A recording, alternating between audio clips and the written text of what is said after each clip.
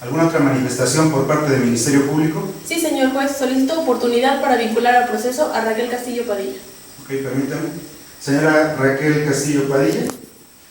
le hago saber que el Ministerio Público está solicitando que se le vincule al proceso, es decir, que se resuelva su situación jurídica. En vista de tal petición, hago de su conocimiento, con fundamento en el artículo 19 de la Constitución Política de los Estados Unidos Mexicanos y del artículo 313 del Código Nacional de Procedimientos Penales, que dicha petición puede resolverse en 3 momentos, siendo el caso que podrá resolverse en esta misma audiencia dentro del plazo de las 72 horas o bien dentro de las 144 horas, si así lo solicita su defensa a usted. Coméntelo, por favor, con su defensa. Sí, solicito que se resuelva mi situación jurídica en este momento.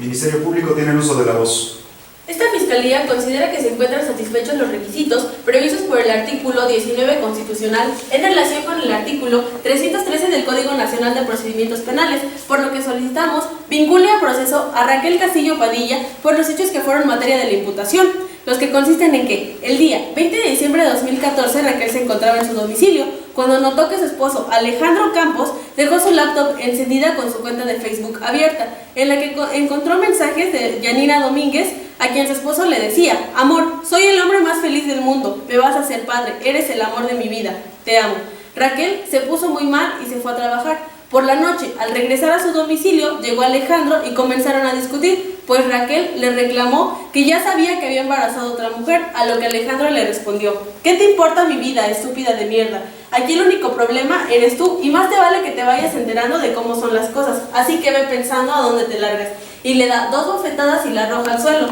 Después de esto, Raquel se dirige a la cocina y Alejandro a su recámara. Alejandro le da alcance a Raquel en la cocina para continuar discutiendo y continuar abofeteándola, por lo que Raquel tomó un cuchillo de cocina y lo apuñaló en 2 ocasiones, una en la región del tórax y otra en la región lumbar, causando la muerte de Alejandro, la primera de estas. Después,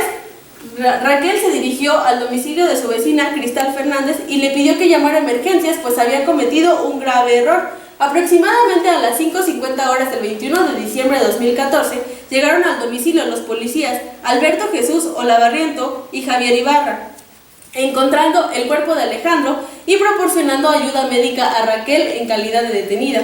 Tales hechos configuran el ilícito de homicidio en razón del parentesco previsto en el artículo 323 en relación con el artículo 9 y 13 fracción segunda del Código Penal Federal. La conducta relativa a privar de la vida requiere la preexistencia de esta. Así, Alejandro se encontraba con vida al ingresar a su domicilio el día de los hechos e iniciaron la discusión con Raquel, falleciendo aproximadamente entre las 4 y las 6 de la mañana del 21 de diciembre de 2014 a consecuencia de una herida producida con arma punzocortante en la región del tórax, la cual causó hemorragias e impidió el latido del corazón. La relación de parentesco se dio por acreditada ya que Raquel y Alejandro eran cónyuges desde hace 10 años y hacían vida en común, configurándose el ilícito de homicidio en razón del parentesco y colmando los requisitos del artículo 19 constitucional. Estos hechos se encuentran corroborados con los siguientes datos de prueba. Reporte policial realizado por Alberto Jesús Olavarriento, del que se desprende que el 21 de diciembre a las 5:40 horas recibió indicaciones de la central de policía, por lo que se trasladó en compañía de Javier Ibarra al domicilio de Raquel. Entrevista de Raquel realizada por el fiscal Jorge Blanco Sandoval, de la que se desprende que Raquel se encontraba la noche del 20 de diciembre en su domicilio discutiendo con su esposo mientras la golpeaba, por lo que tomó un cuchillo sin recordar exactamente qué pasó después. Entrevista a Cristal Fernández realizada por el fiscal Jorge Blanco Sandoval, de la que se desprende que el día de los hechos Raquel le pidió que llamara a emergencias, puesto que había cometido un grave error. Informe de necropsia realizado por el legista Pedro Miguel Valeriano, del que se desprende que Alejandro fallece a consecuencia de una herida producida con arma punzocortante en la región del tórax, la cual calificó como mortal. Acta de aseguramiento y cadena de custodia de los siguientes objetos: camisa de caballero color blanca con restos biológicos que se obtuvo del cadáver del occiso. Cuchillo marca 3 claveles que se obtuvo a 38 centímetros del cadáver del occiso. objetos cuyo levantamiento, traslado y embalaje estuvieron a cargo del perito en criminalística Manuel Higareda. Dichos antecedentes gozan de plena credibilidad, pues fueron obtenidos por autoridades en ejercicio de sus funciones y capacitados y con experticia que les permite emitir opiniones imparciales, asimismo por personas que presenciaron parte de los hechos que nos ocupan. La acción concreta que esta fiscalía le atribuye a Raquel consiste en que, a sabiendas de las consecuencias que traería su conducta, decidió introducir en 2 ocasiones un cuchillo de cocina a su esposo, una de las cuales le produjo la muerte. La conducta de Raquel es dolosa, pues introdujo en 2 ocasiones un cuchillo a su esposo. El dolo emerge del juicio de reproche que se le impone a Raquel, que es una persona preparada y sabía las consecuencias de su conducta y aún así las realizó. Por lo anterior, señor juez, solicito vincula a proceso a Raquel Castillo Padilla. Es cuanto, señoría.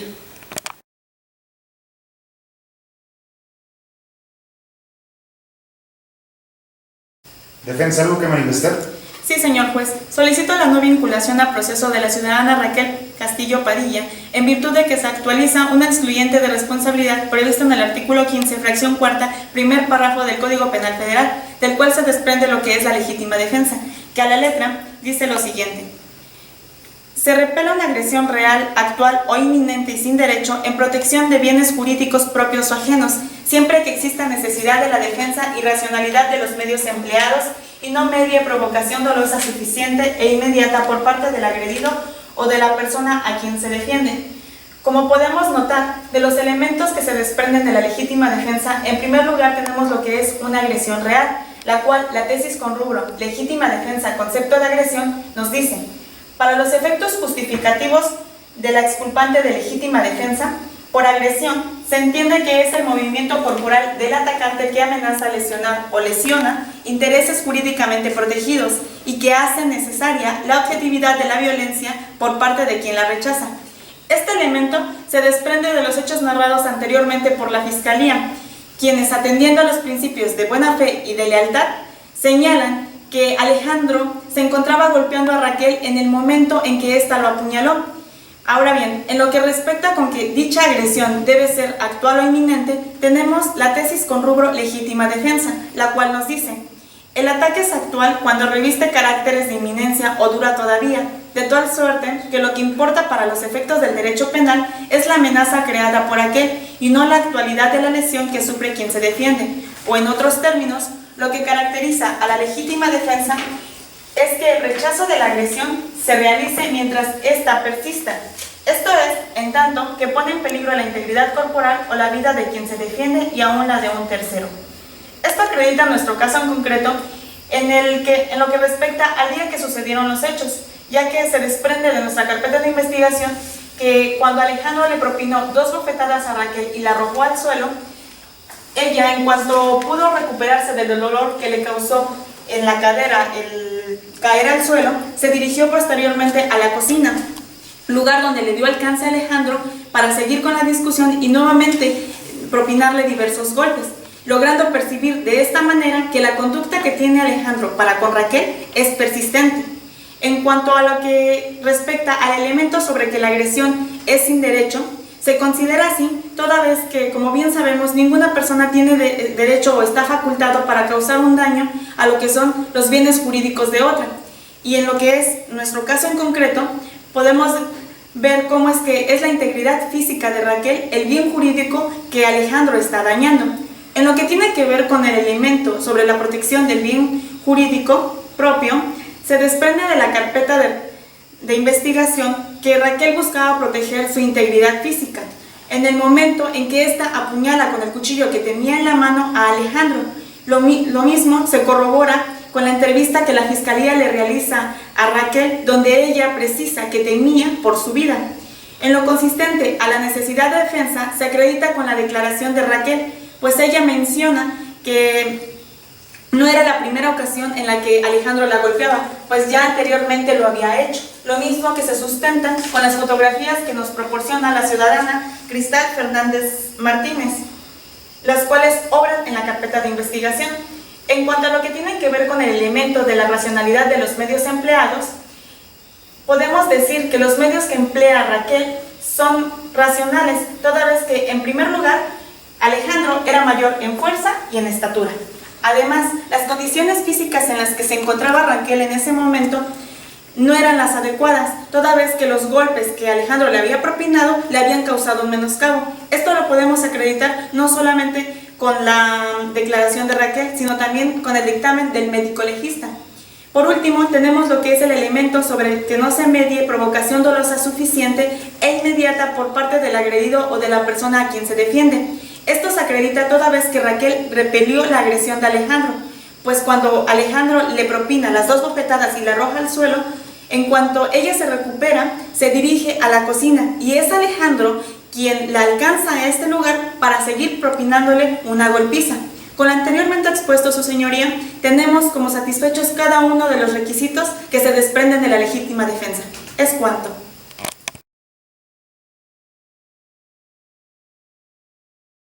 ¿Algo más que manifestar? Señor juez, esta representación social,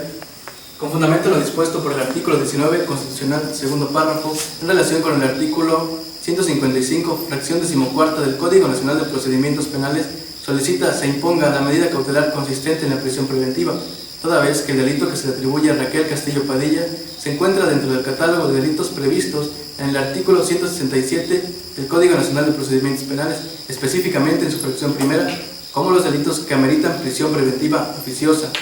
Lo anterior encuentra su fundamento en el artículo 168 del Código Nacional de Procedimientos Penales, que dispone lo dispuesto a la sustracción del imputado, específicamente en su fracción primera y segunda, ya que de la primera se desprende que se debe tomar en consideración el arraigo que tenga en el lugar donde debe ser juzgado, determinado por el domicilio, residencia habitual, asiento de la familia y la facilidad de abandonar el lugar, permanecer oculto. Así se desprende de la carpeta de investigación la opinión de la Unidad de Medidas Cautelares realizada por la licenciada Soledad Lejano Ramírez, directora de Medidas Cautelares, de donde se obtiene la siguiente información: que Raquel Castillo Padilla no tiene arraigo en esta ciudad, ya que en el domicilio que habita no es propio, es decir, renta, y solo lleva 11 meses viviendo ahí. De igual forma no tiene familiares en esta ciudad ni dependientes económicos, y sus padres se encuentran viviendo en el estado de Sinaloa. Por tanto, existe el riesgo fundado de que se sustraiga de la acción de la justicia. De igual manera, la fracción segunda que dispone se debe considerar el máximo de la pena que en su caso pudiera llegar a imponerse de acuerdo al delito de que se trate y la actitud voluntaria que adopte el imputado ante este. Así tenemos que en la carpeta de investigación consta entrevista realizada por el fiscal Jorge Blanco Sandoval, de la cual se desprende que Raquel es abogada, egresada de la Facultad en Derecho de la UNAM, por lo cual tiene conocimientos jurídicos y las consecuencias que le puede traer su conducta, ya que la sanción por el delito que se le atribuye es de 30 a 60 años de prisión, tal como lo dispone el artículo 323 del Código Penal Federal. Lo anterior se le hace notar que una medida cautelar diversa no garantiza la presencia de Raquel en el procedimiento judicial que se le sigue. Es cuanto.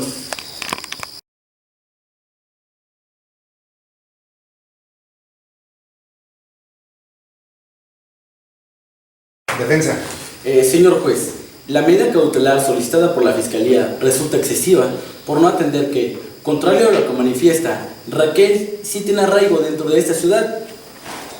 pues trabaja como secretaria proyectista en la segunda sala de materia civil del Tribunal Superior de Justicia del Distrito Federal, tal y como lo manifestó la magistrada Gabriela Enríquez, quien al ser entrevistada por la Fiscalía, que la define como una excelente trabajadora, responsable, honesta y dedicada,